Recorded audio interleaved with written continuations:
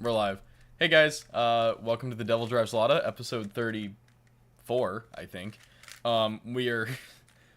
I think this actually happened last time when Anarchist Sports Club came on, but she had to go get in a fist fight with TCC. They were trying to draft people on her city street, so she's currently fist fighting them in the street. She'll be back, hopefully shortly. Um, but the best part is we didn't have an episode planned without her, so hopefully she makes it back safely. As always, oh! Speak of the devil, where's Oh, Lada? Oh, hey. hey! Like that was planned. I made a joke Sorry, about, or maybe it wasn't a joke, about, you were fist fighting TCC, and you'd be back shortly. Actually, I was sorry about TCC. So, I have an aunt from Kharkiv, and she Wait, came we to are live. visit. We're live now. Okay, so she went to go visit her grandma for her birthday at the beginning of the war, and her husband's American, and they tried to they wouldn't let him out of the country for weeks. So They were stuck.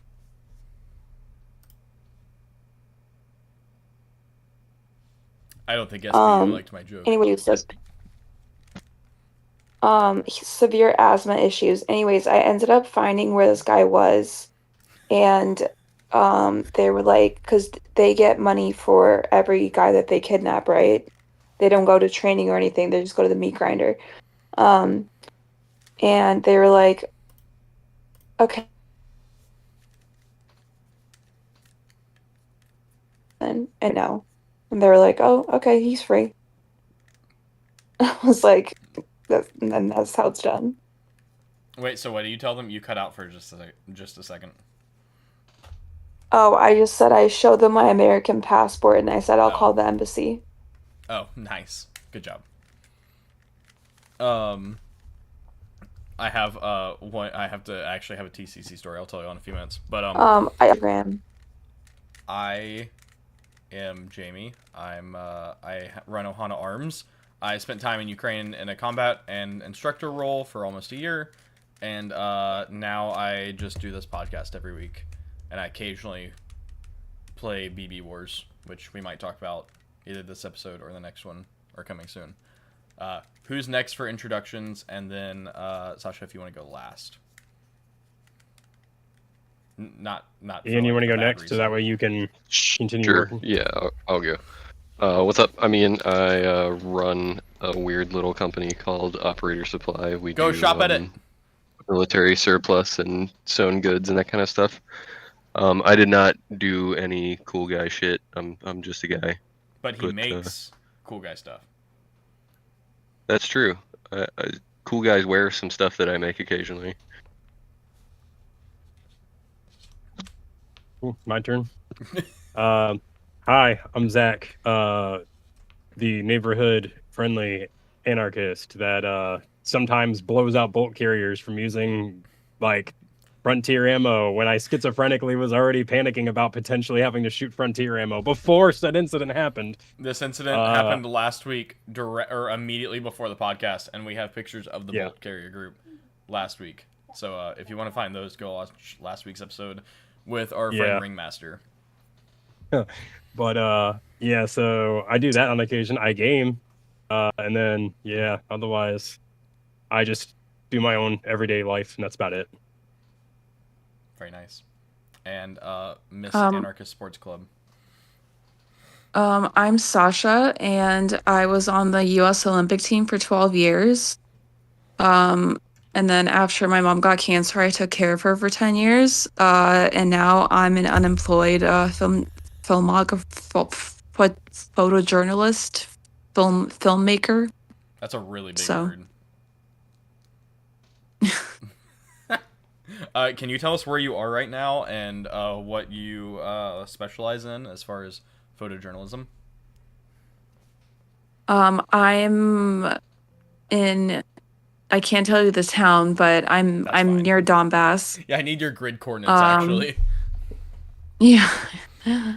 I'm near Donbass, and I just take pictures of kind of, real life situations. I was supposed to get my credentials like 2 years ago. That didn't go through. So I'm gonna try and do that by myself in Kiev.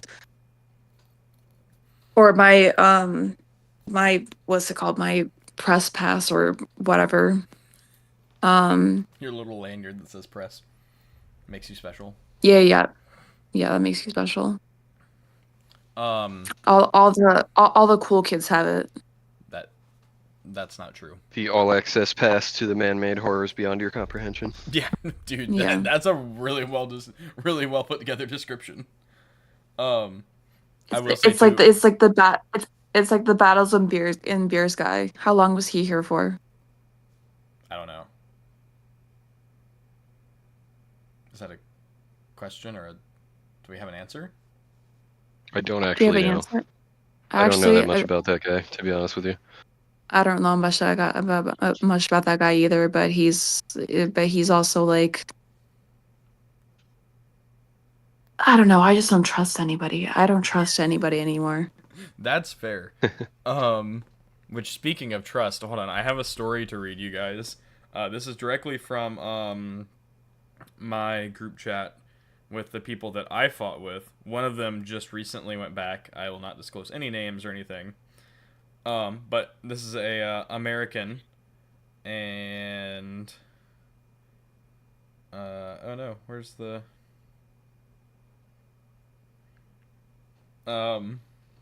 so he said TCC is this is 2 days ago. TCC is getting thick. They just grabbed me. Wanted to throw me in the back of a van. If I would have seen them coming, I might have. They swarmed me like flies, and they came in every direction. He said the only thing that got him out of it was he had a picture of his digital driver's license from the U.S.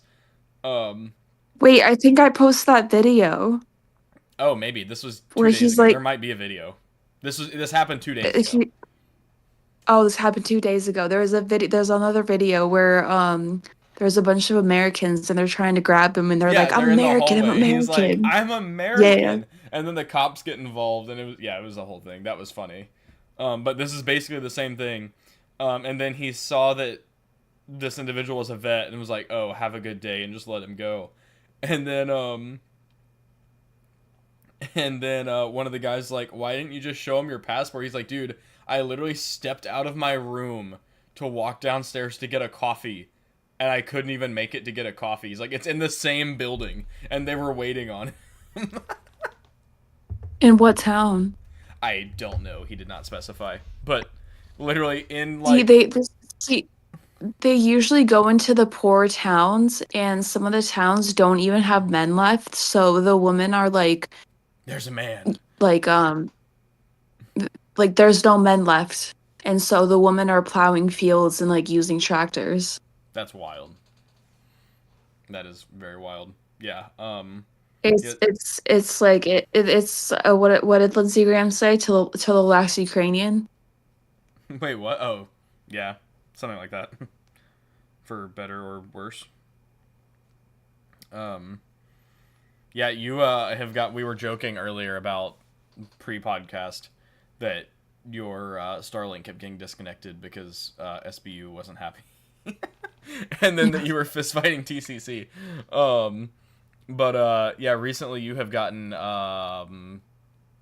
some flack online, like Instagram and stuff, for just not being anti-Ukrainian by any means necessary, but just basically kind of speaking the truth about TCC and kind of similar things to what I've done since I got back. Like, I love Ukraine. I loved my time there. I would go back if I had the right opportunity, and just if the situation was a bit different, things like that. And then I would definitely 100% do everything I did all over again, including my time there. The thing is that I live in a military town, so it's all Azov and 3rd Assault, and so I talk to them constantly, and they hate. Let's just say what happened to Mussolini is going to happen to this government when the war's over. It's going to get worse. It's going to get much worse when the war is over. Because everyone's armed, Everyone's angry. The poverty is at an all-time low. There's no help from anybody because they're like, oh, we'll like settle, like if your buildings are bombed or something, like we'll resettle you somewhere, and everyone ends up homeless. It's just the corruption, like seeing the corruption with my own two eyes it's just something that you can't explain. And to be clear, just so I know the answer to this, but just for the audience, you are pro-Ukrainian, correct? And you are just simply voicing the concerns and issues that you see. Pro-Ukrainian people, not necessarily the Ukrainian government. Let's just say I'm pro-Ukrainian people. Yes. Yeah. That's how I would say it. I think last time, I've mentioned this many times on the podcast. People, I'm sure, have been sick of hearing it. And I know I've mentioned this to you several times, even maybe the last time you joined us on a podcast, which, by the way, you've been here before, so welcome back. And go watch your first episode with us if you haven't already. But I think you're our first repeat guest, actually. Oh, you are our first repeat guest. Hooray! We like you so much, we actually decided to bring you back. I appreciate that. Nothing to our other guests. We love all of them, and we're still all good friends with all of them. But yeah. On your first episode, I think I mentioned like when I got back from Ukraine in 2022, end of 2022, I had so many people, including people in my church, be like, "So you went and fought for the most corrupt government in the world?" It's like, no, I didn't fight. Back into America, baby. Yeah. Like, first of all, it's not the most corrupt in the world. Second of all, I didn't exactly go and fight for, like, I wasn't, charging into battle screaming Zelensky's name. Like, that's not really how that works. Well, I was trying my best to help the people and keep them safe. The thing is, a lot of the foreigners here that come to fight, their explanation to me is that I later found out, like, first of all, they get killed really quick in international league. They don't get paid for like 3 years in a row. That they're owed like thousands of dollars. I think the general got fired, but he writes like fan fiction on Twitter where he was like, I was sitting in a trench watching Russians eat dogs. Yeah. Yeah. And he sends people out on purpose to die, basically. I think a lot of the ZSU commanders as well, if you don't pay them like your like half of your salary, you get punished for that. There's so many issues that are hidden from the Western world that, and it's also like it's a problem in the West because people believe all of this bullshit that we have all this equipment coming in. Like a lot of the medical stuff that I was sending in 22 got seized at the border, and then I realized that they resold it. Yeah. Yeah, we would actually tell people that if you weren't like personally bringing it in, like on your person, don't send us medical stuff. Like PayPal us money, we personally deliver it. Don't just ship it in through Nova Poshta on a, in a big cardboard box, because guys would get their stuff and it's like all ripped apart, and then there's just like tourniquets missing or this or that. And I mean, and it's not because they personally needed tourniquets. It was because the idiots going through your package wanted the money to sell, or wanted the money by selling your tourniquets and stuff. I'm like at this point, all these like pro-Ukrainians, I'm like, do I need to start taking videos of me like handing out cash to poor people at the churches and like buying groceries for the grandmas and like starting a GoFundMe for myself and like asking for money? Like, is this the point where it's gotten to, where I have to do this because you have given nothing except for your bullshit commentary on Instagram and have given no money, have done nothing for the war? Like, is this the point that I have to make? You could be like, the Ukraine Mr. Beast from like 15 years ago. Be like, I just gave this homeless man $5,000, and I just took this babushka shopping for groceries this week for free. It's just like it's embarrassing to film. It's embarrassing to even admit, but it's true. Like I'm a dumbass. I bought my boyfriend a car. Like I asked my boyfriend to buy me a car, and he bought like some stupid fucking right wheel BMW. Hey. And he showed me a different. Huh? Rear wheel drive? It's stick shift. Oh, what's wrong with the stick shift? I think she's saying that the steering wheel's on the different side, Jamie. It's a British car. But he could have gotten a car from volunteers, by the way. But so I bought myself a car. So now everyone's jealous. But also like one of this guy that we lived in a house together for like 2 years. It was like awful. It was like college living. I was like I can't do this anymore.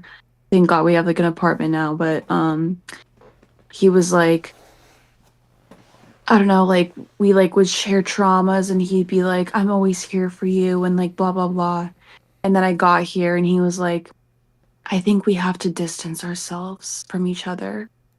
I think you're too much. We have to distance ourselves. And I also became friends with like the neighbor girl, and she works with with my boyfriend, and she, I don't know, something happened. Anyway, she stopped talking to me, and I was like, you can't trust anybody ever. Like this is like the Midwest in me. Like this is like the Midwest in me is like slowly dying out, and the Slavic like anger is coming out. I mean, you are Slavic, so. Yeah, but I used so bad it overrides your Midwestern programming to be as kind as possible. So my significant other is Slavic, as I think all 3 of you know, and she hates Americans to an extent. Like, obviously loves them, but has some issues, and all the time she's like, I hate fake Americans. She's like, all Americans are fake nice. They're fake nice, and they don't actually, you never know what they're thinking or what they're gonna do. She's like, because they're all just fake nice. They'll be like, hi, how are you? And she's like, they don't care. It's actually, you know, it's interesting. Ukrainian and Russian, like culture is so different, because it's kind of the same thing with Ukrainians. Like they'll say one thing to your face, but things some like will think another thing. With Russians, like they will say it to your face, and they will say it with confidence. Most of my experience with Ukrainians, they were very straightforward and to a fault. Most of the time. I feel like that's like a good thing. I feel like people should be more like that. Well, yeah, I didn't say they shouldn't, but it's just a very stark contrast from Americans, especially like Bible Belt or Midwest Americans. Like if you go to New York, they're just gonna tell you if you're ugly. Like if you go to like South Carolina or Georgia, they'll be like, "Oh no, sweetie, you're pretty." Meanwhile, yeah, that's not what they think. Meanwhile, as soon as you walk away, they're calling you a dog. Yeah. Have you seen her? No, that's why when I went back to Michigan, it was like, so I live in like one of the richest cities in the Midwest, and my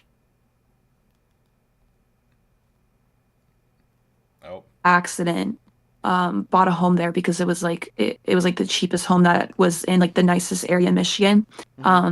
And I got to Michigan, and I was just like, I don't know if it's from all like the trauma and the PTSD and like whatever you want to call it, but like I just don't relate to anybody anymore. I'm like, you guys are so out of touch with reality. You're so... That's usually how that works. Just FYI. Well, Sasha, what part of Michigan are you from? Are you in the UP area, or are you down south more? I'm in the Detroit metro area. Oh shit, that's where I was from. Okay, my family's originally from like the Ypsi area in Belleville. To be clear. Oh, I'm from Zach I'm is from not Bloomfield rich. Hills. We Yeah, just went there for I'm not. vacation too. I'm not rich either. Don't worry. Zach's snobby in his own way. But no, that is actually a thing of PTSD, is like not being able to relate. So, to people, and you feel people are out of touch, blah blah blah. So, yeah, that tracks. And I mean, I think we've talked last time about how you were in kind of a unique situation because you suffer and deal with like and see all the same things of being in the military while just holding a camera and taking notes and things like that. So it's kind of, you're in a unique situation. I know before you were talking about your I don't obviously want to disclose too much, but someone who was kind of like a mentor to you in photojournalism, and how when he had a family he basically retired from it because he was no longer comfortable going to those conflict areas anymore because of just how bad they were, now that he had, especially in like now that he had a family, he was basically cutting it off. Right. And like the thing is, like, I have nothing left in the States. I don't even have an emergency contact. You can put me down on there. Thank you. I appreciate You're that. welcome. You're welcome. We at Ohana Arms can collectively be your emergency contact. But like, do you know what I mean? Like, podcast. I have nothing, like, I have nothing left. Like, I have nothing left in the States. So it's like I feel like I'm completely starting life over again, but at like such an age that, like my friends are like married and like having babies and like buying houses and all that stuff. And like I can't have, like, I can't sit down and have like a normal conversation with them. That's fair. And I've known these people I've known these people my entire childhood. Yeah, a lot of that is the trauma and what you've experienced, I'm sure. Like just being in those situations. You were talking, I mean, even just talking earlier and what we've talked about behind the scenes, you've been like, yeah, you strongly dislike the journalists that sit in Lviv and just type stories, propaganda stories about this and that, while have never been to the front, and or what it's like to do SAR, search and rescue, or search and recovery, or things like that. Which, I mean, all of that is very respectable and applicable. And you're correct in that. You are, like many real photo war journalists over the years are in it. That's how it works for you, and that is a different path and different like lifestyle than what many other journalists experience. It's just it's really hard out here to get your work out, like your work out here, work noticed, or like work with like a normal like Keep Independent, or like work with a normal like a newspaper or something like that, or you know what I mean, because the viewpoints are, I'm not a propagandist. I'm sorry. I'm just not. I'm going to tell the truth. I'm going to tell it how it is. Yeah, I mean, I think that's amazing. And I will say I have been very impressed with some of Keep Independent stuff being, well, I guess you could say independent. I'm not saying all of it is great, but they've had a few really good articles where it was like, hey, here's the problem with Ukrainian government corruption. I would like read them like, yeah, that's a pretty big problem that some people are aware of, but the Western culture is not at all. And just like all governments, Ukraine suffers from the same corruption issues, and they're not immune to it.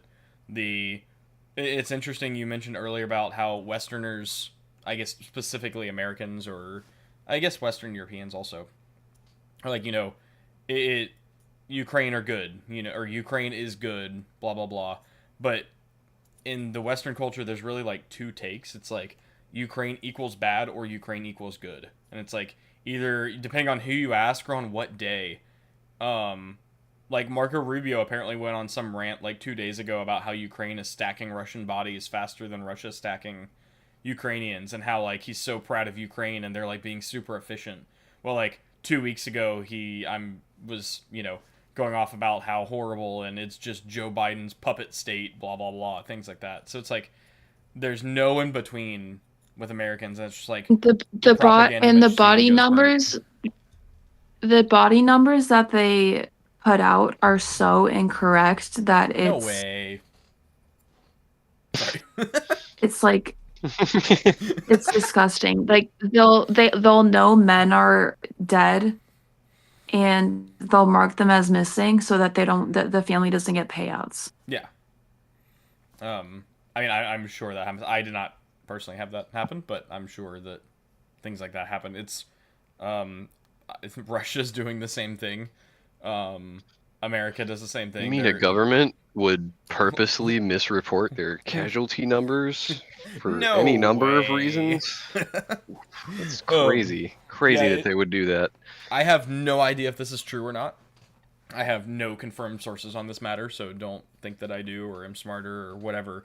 But I have seen some... He's definitely saying he's smarter. Me either. No. Me either, but if I were a gambling man... Yeah, but if I were a gambling man, they're all true. So there have been some open source intelligence, which that was last week's episode, was open source intelligence. So go check that out. But open source intelligence community has been like piecing together a lot of the Iranian footage of like the U.S. attacks and then U.S. footage from soldiers, blah blah blah blah, and they're like, there is no way that the U.S. is accurately reporting the damage amounts and casualty amounts and things like that. There is they're saying that there's 0 Americans dying in Iran. I know. Well, I mean, if you take just a few minutes and go look at the Google Maps, a lot of the Google Maps satellite imaging has been updated since the start of the war because that gag order finally expired. You can go and look. There's fucking craters where we used to have bases. Like that's what it is. You can't just lie about what we can all go and see for ourselves very plainly. But they're trying to censor it, and this is where the whole you fought for the most corrupt government. It's like, no, I fought for the Ukrainian people, and Ukraine just happens to have a corrupt government, just like every government ever. I was like, however, to be fair, though, the Ukrainian government is typically associated with corruption, mostly because it is a puppet of the U.S. government. Fair, yes. Which I was circling back and to. Israel. Yes, and well, Israel. We're all dead now. We all just shot ourselves in the back of the head twice. Thanks for that, Sasha. I think I see a tiny hat man with a Beretta outside my window. But the U.S. government is just more rich and more powerful and can hide its corruption easier. Proof of this is, I believe it was Apple Maps has been working directly with the Pentagon to keep certain areas unupdated or not updated, or have now been blurring them out in Iran, and they all are. Lots of Apple sites. Maps, Google Maps. But I think Apple was the first one to fall. So. Because originally you could go on Google Maps and see the craters, if I remember, and now all of that has been rolled back depending on where you are and things like that. And then they've also been talking about if you're using European map agencies, the Pentagon has been unable to censor those, and so if you use like open source European satellite imagery, you can see all the damage. But if you're using Western stuff, it hasn't been updated, so that's kind of funny. Yeah, I have an app on my phone, but I forgot the name of it. But you can see everything. You can see all of like the everything. Like it doesn't hide anything. Yes. Yeah. So it's crazy how all governments. It's not just Ukraine when we say they're skewing casualties or damage or anything like that. That is your government. That is. The government, oh, hold on. What is Zach playing? I can see his screen in the reflection of your computer. I can see it on the reflection of your glass. First, you were trying to fix your lantern, and now you're gaming. I'm very clearly involved in this interview and not getting shot at. I'm just watching your reflection. But yeah, it's your government. It's other governments. It's the government you think are the good guys, the ones that you think are the bad guys. They are all guilty of skewing and propaganda and whatever they have to do to make themselves look better to the people that they're trying to, the demographic that they're going for. And a lot of the reasons why I stay away from a lot of the foreigners is because I don't know if you guys know the Telegram track a Nazi merc. I'm on it. Let's go. I'm in there. My face is there. It's they like they'll come here without.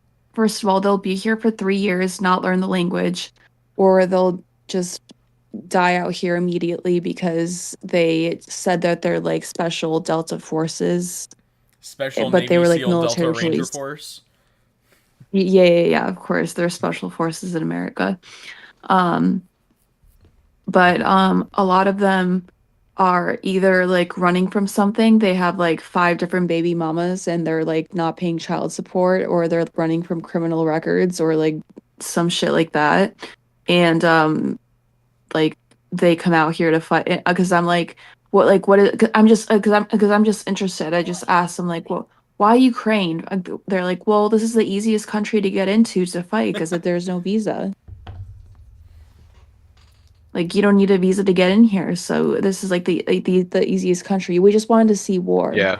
And I I don't know was about like, you. That's how I choose the causes that I risk my life for. It's an I'm easy like, war tourism country. That's why. Like, well, thanks for outing yourself. I'm like, the answers, some of the answers that I hear, I'm just like incomplete I knew this one guy, he was from California and he got killed, and I saw him on Track a Nazi merc. I didn't know he had a kid and a wife. He didn't disclose that to me, and when he died, I really mourned him. And then I saw that he had a kid and a wife, and I was like, you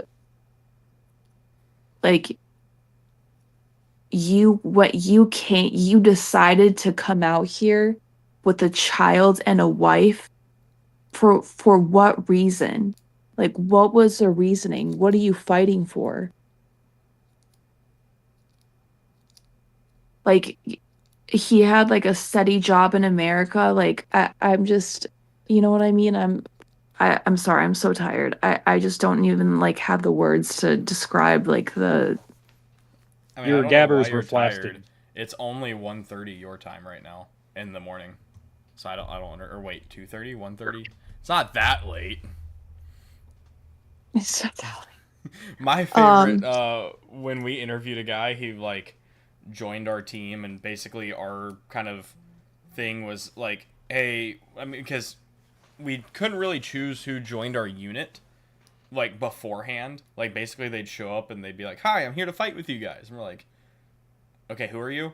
And then we would talk to them, and then we'd either give the commanders a no or go or no go.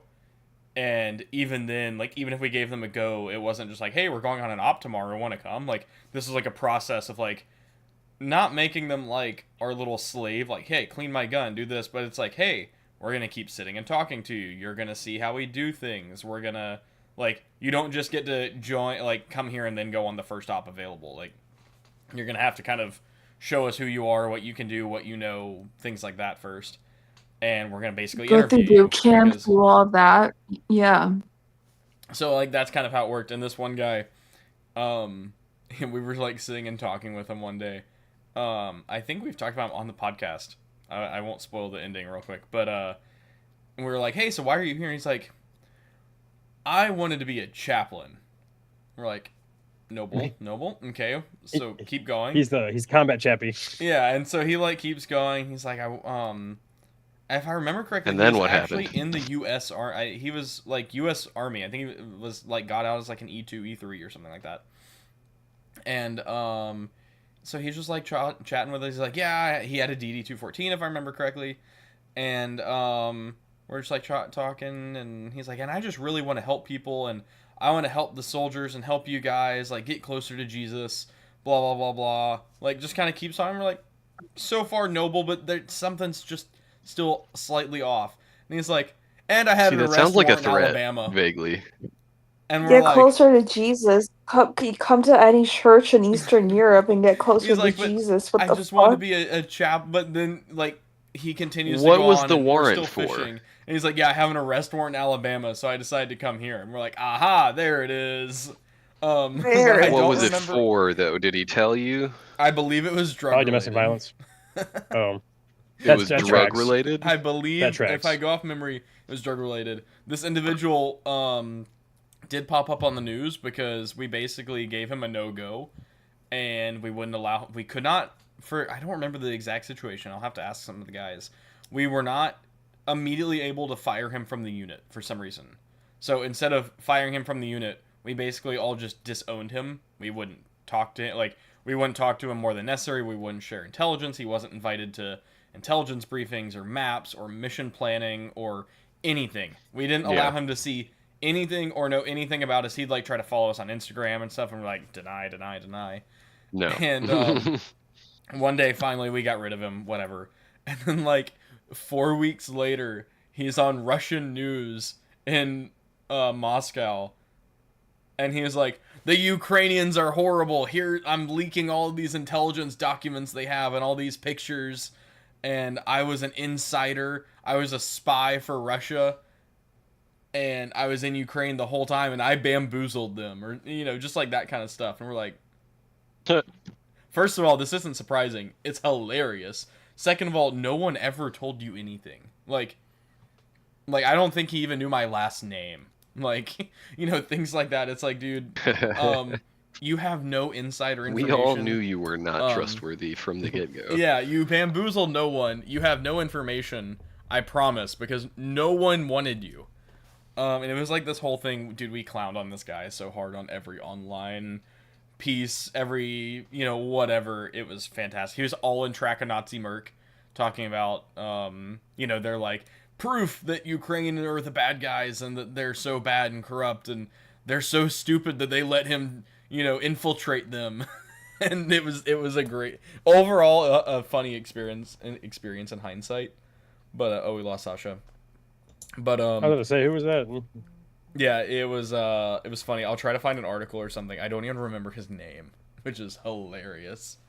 And I also don't think he ever made it out of Russia. I've never really heard anything else since then, or since that. So the homie might just be buried in the middle of the Red Square or something at this point. I have no idea.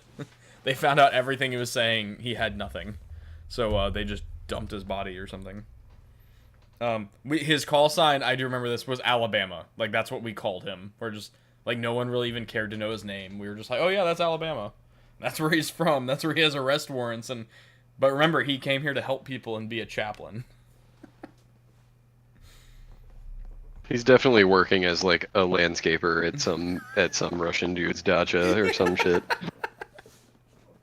His call sign's still Alabama in Russia, and he's just mowing the grass on some oligarch's property. Yeah, dude is something Bryat, Alabama. You cut grass, yes? I'm trying to find, I just searched his name, in our group chat. We're still contesting. I'm trying to find...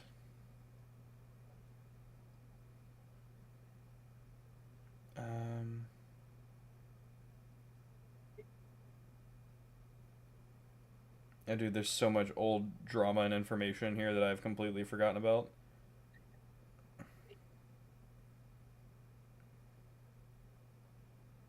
I'm trying to find the... I was hoping I could find, the article or something.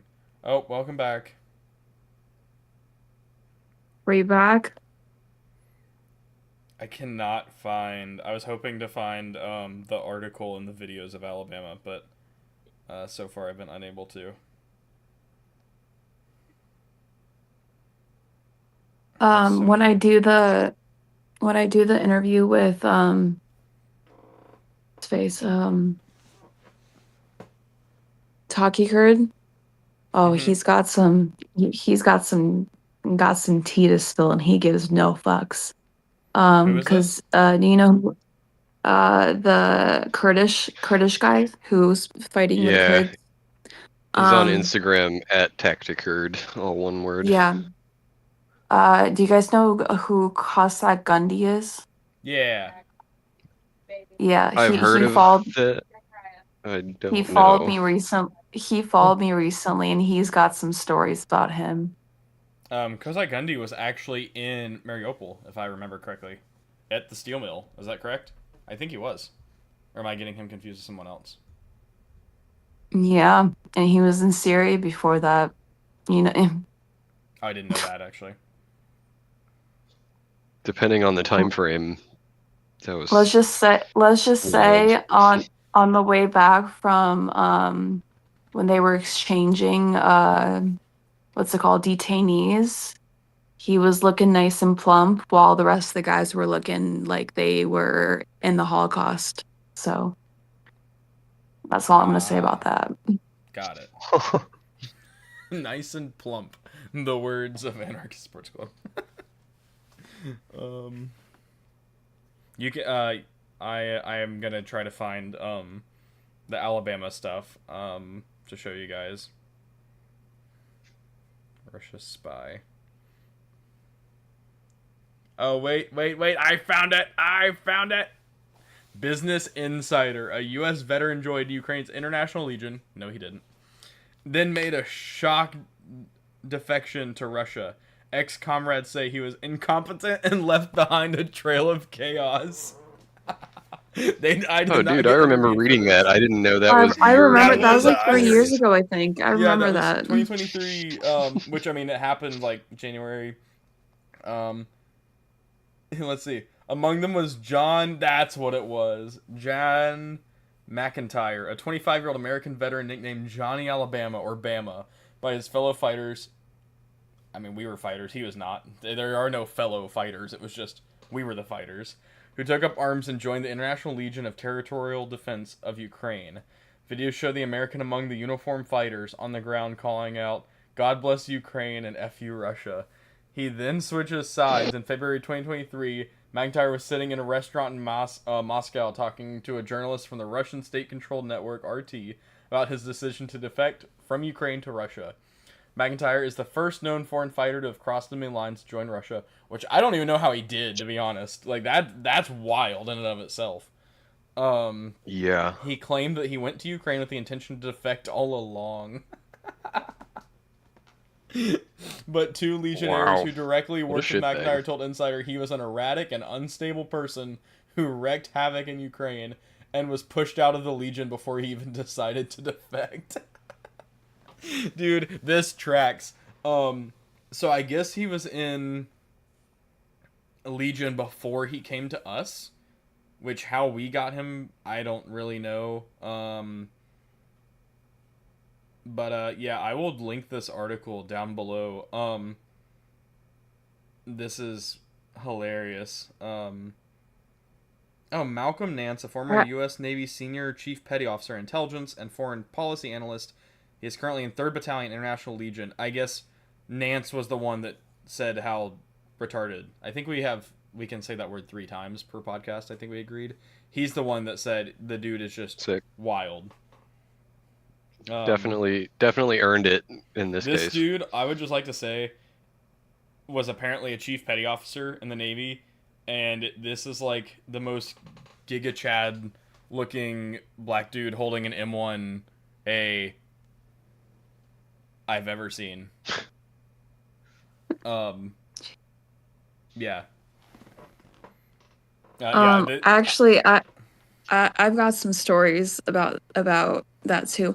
Oh, you know, a lot of like the propaganda of like everyone's trying speaking Ukrainian. Like nobody has a problem with me speaking Russian. I'm a translator, okay. But I was oh wait, who's yo Jamie, you sexy cracker, miss you homie. Who is this in the chat? Who is in our chat talking about Alabama? That's got to be Traven. But when so my dad was a triathlete for the Olympics in the USSR, and then he went into training hockey, and my mom was a Olympic synchronized swimmer. They actually met in Donetsk when Chernobyl happened. They felt Chernobyl happen. That's why the joke is I'm a Chernobyl baby. That's why I'm a little bit fucked in the head. That makes sense, honestly. But they all so I grew up with, I don't know if you guys know anything about hockey, but my uncles are the Russian Five. And they all ended up defecting back to Moscow after their hockey careers, and my dad really loved Detroit, and so he ended up staying. He also he ended up staying with the Red Wings. Hell yeah, go Wings! But my uncle was in Detroit when I was in Detroit in January, and I called him just to like be like none of them called me when my mom died. Like one of them came to my dad's funeral. Like the whole Red Wings team was there. Igor Loriana flew in from Moscow for my dad's funeral. But I called my uncle, and he basically was like, so like do you like need any money? And I was like, no. And then he was like, I'm gonna investigate you, basically. As like a spy. Oh. Yeah. As like a Ukrainian spy. Can't I'm like, okay. A spy. Well, I've been called a Russian spy my entire life. So you know what? I might as well start, like, spies make a lot of money. You know what? Well, fuck it. Why not? Russia, Ukraine, whatever. Can I cut you off for just a second? Yeah. My last visit in Ukraine was in February, and this is like legitimately, I don't have a normal winter coat. All of my winter coats are either like my Ukrainian coats that I definitely was allowed to bring home, or Russian ones that I captured. Like, I don't just have a normal civilian winter coat. So naturally, I wore my digifloral Russian coat around Kiev. And I was walking around Maidan taking pictures and like paying respects to my friends and things like that with my significant other. And this like group of like teenage Ukrainian hooligans walked up and was like yelling at me, and he's like pointing at my coat, and I had to explain to him that he kept calling me Russian or something like that. And my significant other's yelling at him in also a language he doesn't speak that wasn't English, as well as English. And then I was yelling at him in English and broken Ukrainian. And then I'm like using Google Translate. I'm showing photos of me. I have my military ID with me. I'm like this. And he's like, oh. And he's like talking to me. And he was like, people will think you're a Russian spy and beat you up. And I was like, no one thinks I'm a Russian spy except you 3 low IQ individuals walking around. Like, they probably were like 17. I was like, no one thinks I'm a Russian spy except for you 3. Because I wouldn't be wearing a Russian uniform around Maidan. People are like, when you walk around with your camera, people think you're a spy. I'm like, no, they fucking don't. It's just like, if someone thinks I'm a spy, like, you can come up and ask me a question. I'll show you on my American passport. Like, I know, I'm like showing him my documents. I'm like translating, and finally was like, oh, because I'm like Russian Peter, Putin Peter ass, Russian Peter, and like explain. I've forgotten so much of my Ukrainian since I've been gone, but it was so funny. And my significant other was like, of course he's not Russian. Why would he wear it around? Like, a Russian spy is not gonna wear Russian camo in the middle of downtown. And then we had dinner with one of my Ukrainian army friends who is Ukrainian. We told him the story, and he thought it was the funniest thing ever. He was like, yeah, no one thinks that. It's only them. And we were talking about how collectively the 3 17-year-olds had 3 brain cells together, but they weren't fighting. They were so upset about my jacket. When I got here, I brought my North Face and my Montclair like winter jacket, and now it's like 80 degrees outside. I'm like, why the fuck did I do that? I was pointing to my jacket. I was like, trophy. And he goes, trophy. And he's like repeating it back, like the more he says it, he's gonna like understand what that means. But it's the same word in Ukrainian. And so one of his buddies like looks at him, he's like, trophy, and like says it with like a slightly different accent. And he's like, trophy. God, And we're like, trophy. like, I'm looking at my significant other, we're looking at them, and then there's another, like, bystander lady that was there that was Ukrainian that was just like 3 brain cells between the 3 of them. He's just, like, sitting there over and over, trophy, trophy, trophy, trophy! Maybe Alabama sold them drugs.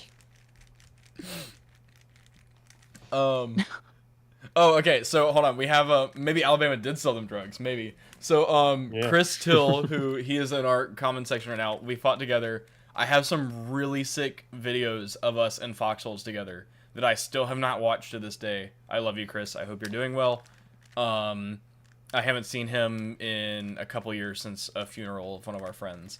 But I asked him what his favorite memory was of Alabama, and he says, I remember we pulling up to a new position. So apparently Alabama did go on a position with us at one point. Maybe we just had to take him and everyone was watching him. But he said, I remember we pulled up to a new position and incoming shells were coming, but they weren't danger close, and he panicked and grabbed a shovel and started digging down. So, yeah, that's appropriate. Just, let's throw the gun down, let's grab shovels, and let's start digging more to panic digs are gonna save your life. Yeah, Dude, I didn't think we allowed him on a position. At this point, I mean, I've never been on line 0 before. Like, thank God, like nobody will let me go because they're like, you're not seeing that shit. But just like, because you haven't been on the 0 line does not mean you have not been in the shit. Yeah, thank you.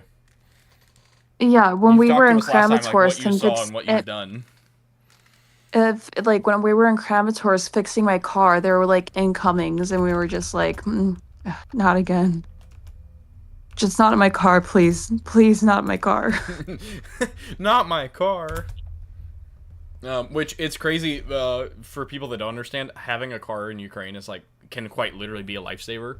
So, something as simple, and there aren't exactly readily available parts, or people that can work on them, things like that. So, like, if your car gets messed up, you might just die somewhere. Like, transportation is everything. No, that's so true. I mean, thankfully, like, we ordered some parts from Kharkiv, but thankfully 3rd Brigade will fix my car for free. But, like, they drove the car from Latvia, so there's, like, some problem. I guess there's some problems. I don't know.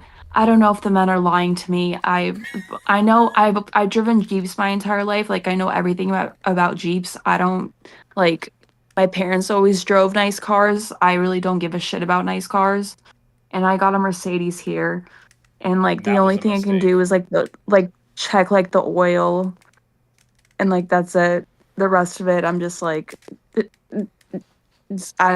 my brain is just not working.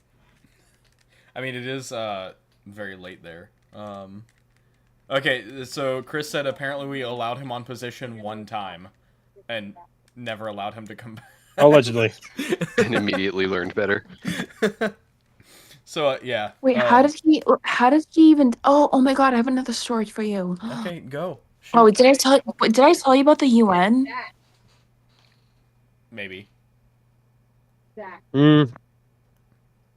Okay, so we were driving. This was before all the drone nets, and when it was the road from Izum to Slaviansk was really dangerous before the drone nets were up. Last year was so hot.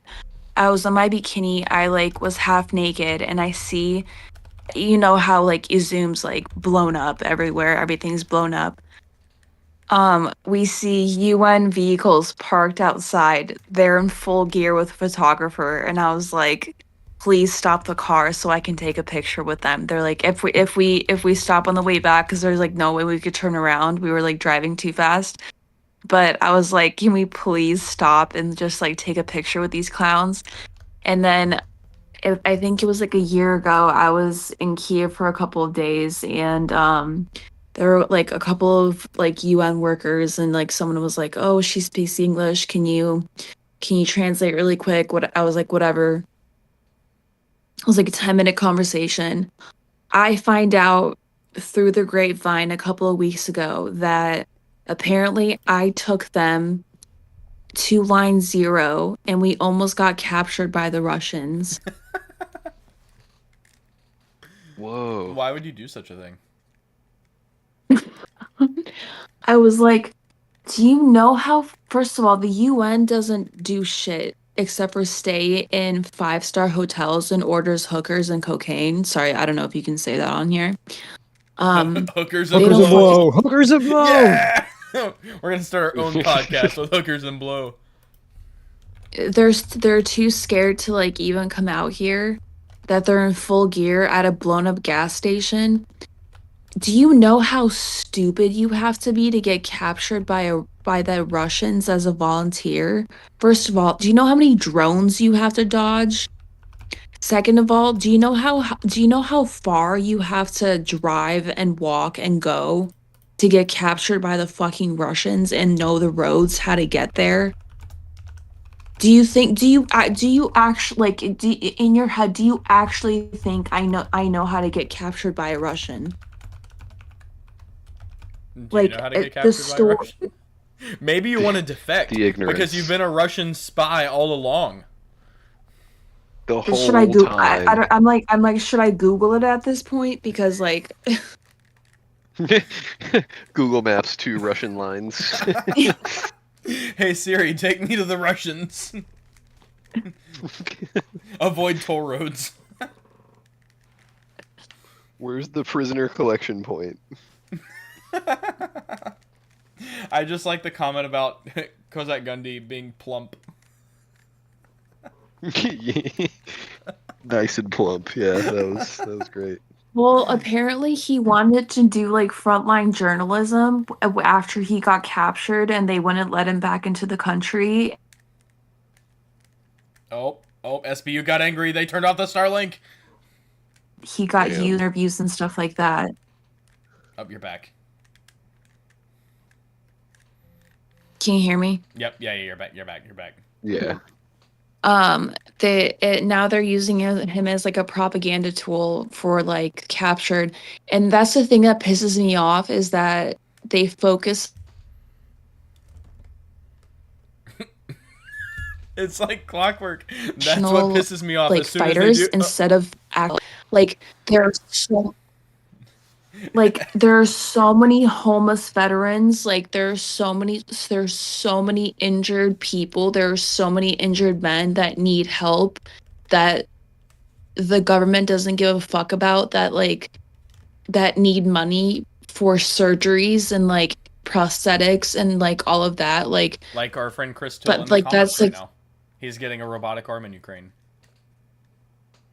like that's like something that I've like always wanted to do is like open up like a what's it called, like a rehabilitation center for with like a swimming pool, because I'm like really good with like rehab and like water stuff. Dude, that'd be sick. That's like one of the things that I've like wanted to do, but I wouldn't even know how to start doing that. But And that would actually be really cool because I think we've talked about this on the podcast before. Sorry, 1 second. Like, there's so many. When the war finishes, there's gonna be so many people with not just PTSD, but also, like, so many injuries, like, that are going to need help, and it's not possible. Like, it's physically not possible for the government to handle all of that. And there's gonna be so many people that don't get treatment. The thing is with the Slavic culture is that they don't believe in mental health. Like even like with my dad, like when I was swimming, I had like really severe depression because I was like getting bullied by 40-year-old. It's like the same story. Like it's the same story with all women's sports, but I would come home often and he would just see the look in my eyes. And he like he finally started like believing that like mental health was like a real thing. And I think that it's going to be a while before like in the Slavic culture, like because it's such a Soviet Union mentality that you just kind of like you throw some dirt on it and you go. and it's a generational trauma. Like, I mean, this soil is covered in, like, everywhere you walk, it's covered in blood. Like, everywhere you dig, it's bodies upon bodies from World War One, from World War II, from the war to now. It's the soil is just it's blood soaked. It's the most blood soaked soil on earth, I think, other than like the Middle East and Africa. Yeah. And she's not just talking about necessarily the Ukraine-Russo war. It's throughout history. There's a whole lot of blood on that soil throughout history. And not just from Right. wars, but famines, starvations, you name it. I guess famine and starvation kind of go hand in hand, but you get the point. And the pensions here, I asked, I was talking to the pensioners here. They're getting $80 a month as pensioners. Bro, I Can buy you like imagine 4 living? Big Macs for that. That's incredible. I can eat for 4 days. That's sarcasm. That's sarcasm. For people that don't know, actually, can you put into perspective what $80 would actually look like there? Because I'm sure there's Americans that think $80 is like, thousands for them or something like that because of like exchange rates. I mean, $80, you can easily, like, if you, I mean, they're paying, like, I think they have their apartments for free just from like working in the Soviet Union. But I think you have to pay for like lights and like gas and stuff like that. But like just buying things like living off of like bread and just like small things like that. Things here are a lot cheaper than they are in America. But they're not. It's not worthless. Like it's not like a 100 to 1 exchange rate. Like $80 is not $1,000, but it is more than a couple Big Macs. But realistically, like in a perfect situation, that would be like a week to 2, like a week of groceries. Like realistically, if you had nothing. Realistically, yeah. Yeah, you're basically, your pension is a week of groceries for 1 month. Yeah. And that's like not including anything else. Right. And like and you see old people like digging through trash for like clothes and food and stuff like that. And like I want to video it, but I just feel too bad like even doing like exposing that, which I think people should see. Yeah. Because I know what you mean. People need to see it, but at the same time, that's you're taking away what little bit of dignity that person has left. Yeah, I think I wrote a story about this on Instagram, and some people call me a liar because one of Zelensky's sons was born in 2006, but I was in Miami for a bridesmaid party, and I heard Russian speakers, and were like a bunch of Russian guys speaking Russian, and I came up to them and they were like, "Oh, like come join our table, come join our bottle service." And one of them was the sons, and another one was like an oligarch of like Ukrainian oligarchs and Russian oligarchs all hanging out together. And then they asked us back to go back to the hotel, and I was like, "Oh no, like we have like our own thing to do, whatever." And like we say our goodbyes. They get in their Bentleys, they get with their American flags, and I was like, "So like, what are you guys doing for the country?" Because like I'm trying to go over there and to help, and like I can't really do that right now because my mom is sick, but eventually I really want to go back and help. And they're like, "Oh, but like but we're helping from here." Doing what? It's like we're helping Ukraine from here, from our Bentleys in Miami. But they weren't at all. I'm like, why? But why aren't you sending your kids to the front lines? Why are you taking vote pictures in front of tanks? Presidents never fight the wars. It's true. I don't care about the. I don't care. I don't care about the. I don't care about the presidents. I don't care about the president. The president's not even isn't even in the country half the time. I care about the kids. Why aren't the kids on the front lines? Well, I think he's just saying in general. Like, for example, isn't Baron Trump not not available to be drafted because of like something, just like his dad. That's wild. Oh no. So our president can come. Yeah. Our president will go and start wars that his son can't even participate in because of stuff and. Oh yeah, Dude, if you ever really want to find something that will annoy you, just go look at the groups that are exempt from selective service. Yeah, it's very interesting. Yeah, it's almost like the politicians that start the wars don't want their kids involved in them. Yeah, wild concept. I know. No one will be able to understand that. It's like I wish I could do more, but it's like. I have to also support myself financially. Like I live in America. I own a home. You know what I mean? Like I wish I could do more, but there's only so much I can do. Yeah, not everything is sustainable. It's called Fortunate Son CCR. That's what Chris said. Yep, hit the nail on the head, brother. Didn't Trump play that at like a rally recently, and it was the most ironic thing ever? He had like a Trump rally or something that he played Fortunate Son. That sounds like something he would do. Ah, yes. Let him cook. The jokes write themselves. It's just, yeah, I don't know.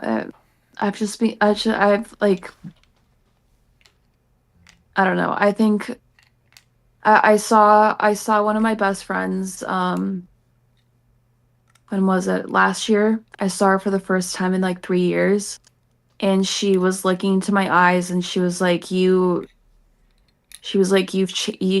eye color has changed. Like you look like." She's like, "I'm not saying you look old, but I'm saying that you look like a person that has been through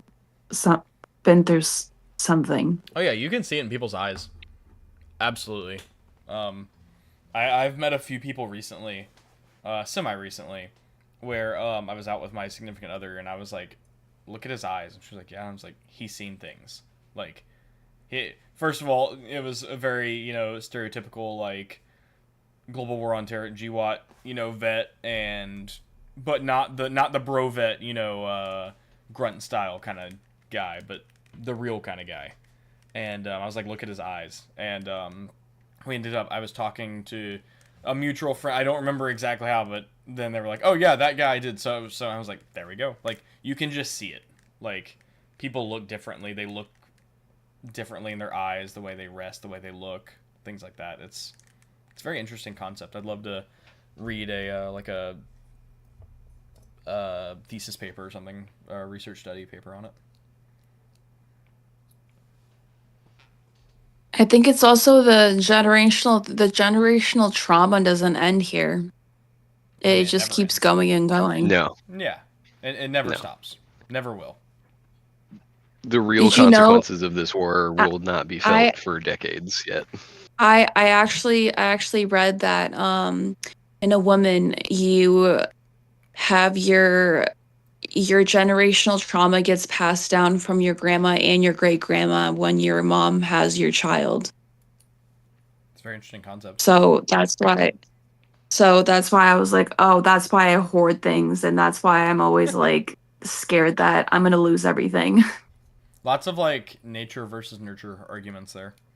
I'm not smart enough to understand them, but I'm smart enough to know that both arguments have some very fair points. Well, I mean, sufficient trauma will actually alter your genetics, and that information is passed down. That's a scientific fact.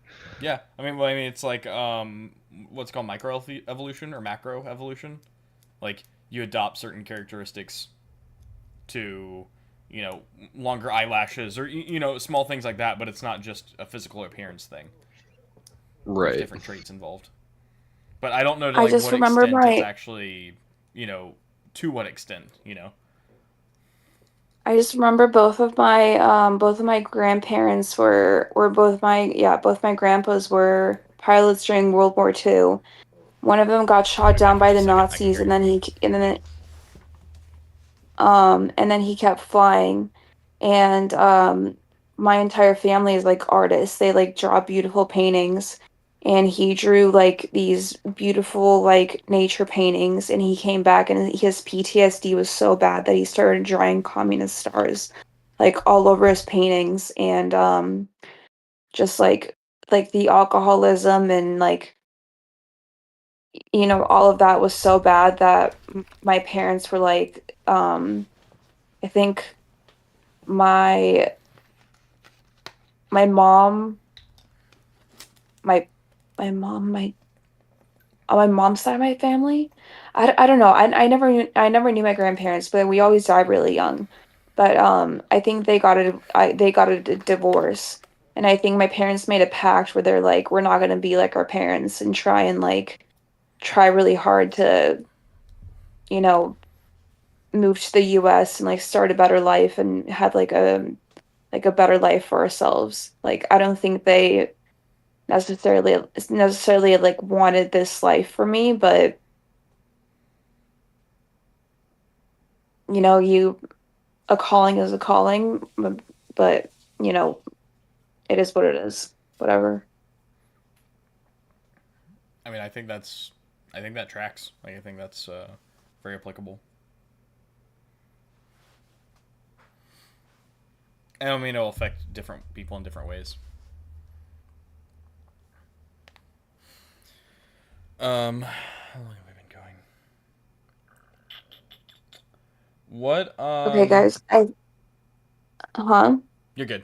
I was looking at the time and I was gonna just ask. Well, I don't remember it now. But yeah, what were you gonna say? Oh, I said I'm really tired. I think I'm gonna go to bed. Yes, I think we're gonna go ahead and wrap it up then. I forgot. I really only had one more question. I actually don't remember what it is now. So but yeah. Well, thank you for joining us. We will love to have you Okay, back at thank you some for point. having me again. Stay safe and any parting words? Any last words you have? Well, not last words. That sounds horrible. Any words of wisdom or parting words you have? I think set your boundaries. Be a stronger person. Start saying no to things. That's all very good. Probably very good for your mental health. Great advice. Well, thank you for I think joining us. I think that's a big lesson I learned here. Start setting boundaries. Yeah, I think it's learn, like you said, learn when to say no. You don't want to sacrifice your own well-being.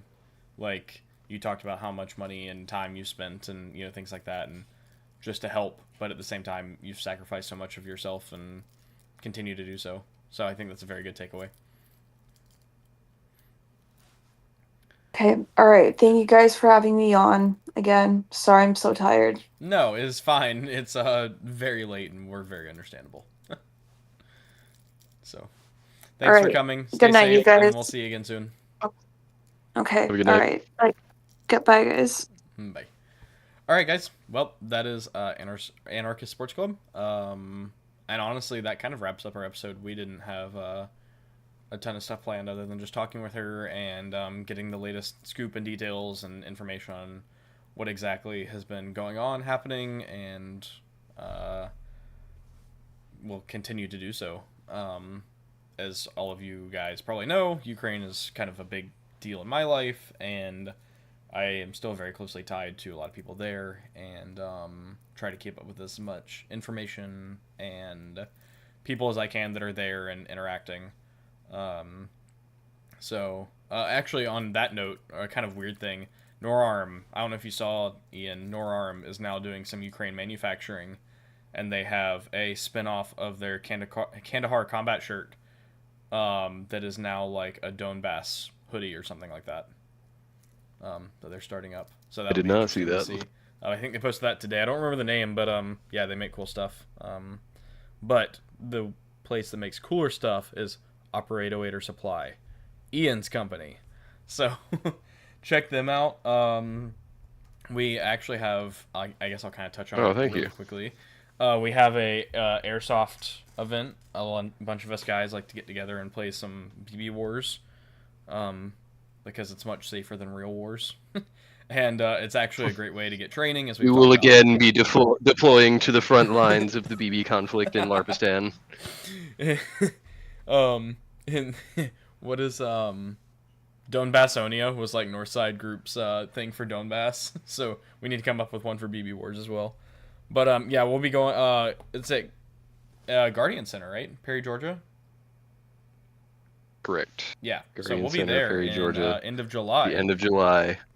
So if any of y'all would like to come play with us or are already going, we would love to see you guys out there.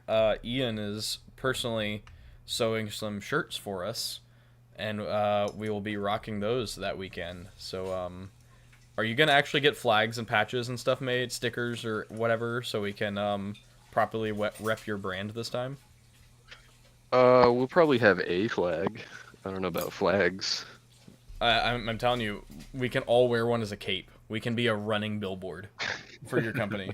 We'll just be the Operator Supply squad, and you can tell it's us by our capes trailing in the background. That sounds like a great way to get shot. But no capes. But we're invincible. We'll all have cameras, and cameramen never die. So, we're gonna be the invincible Operator Supply squad. True, that's the cheat code. Yep. Dude, I saw a video the other day. It was like, dude was in some mess, like some combat-related mess, and the video like picks up right in the middle of it, and you can see like where he starts videoing and then pulls the camera up, and it's like, this dude unlocked the ultimate cheat code. Whenever things start happening bad around you, yeah, don't run, just turn the camera on. You'll be fine. Yeah, just turn the camera on. You'll be fine. So, and if you don't, I mean, you know, at least we get to see how you died. Yeah, exactly. Chris Till was in our chat today and might still be.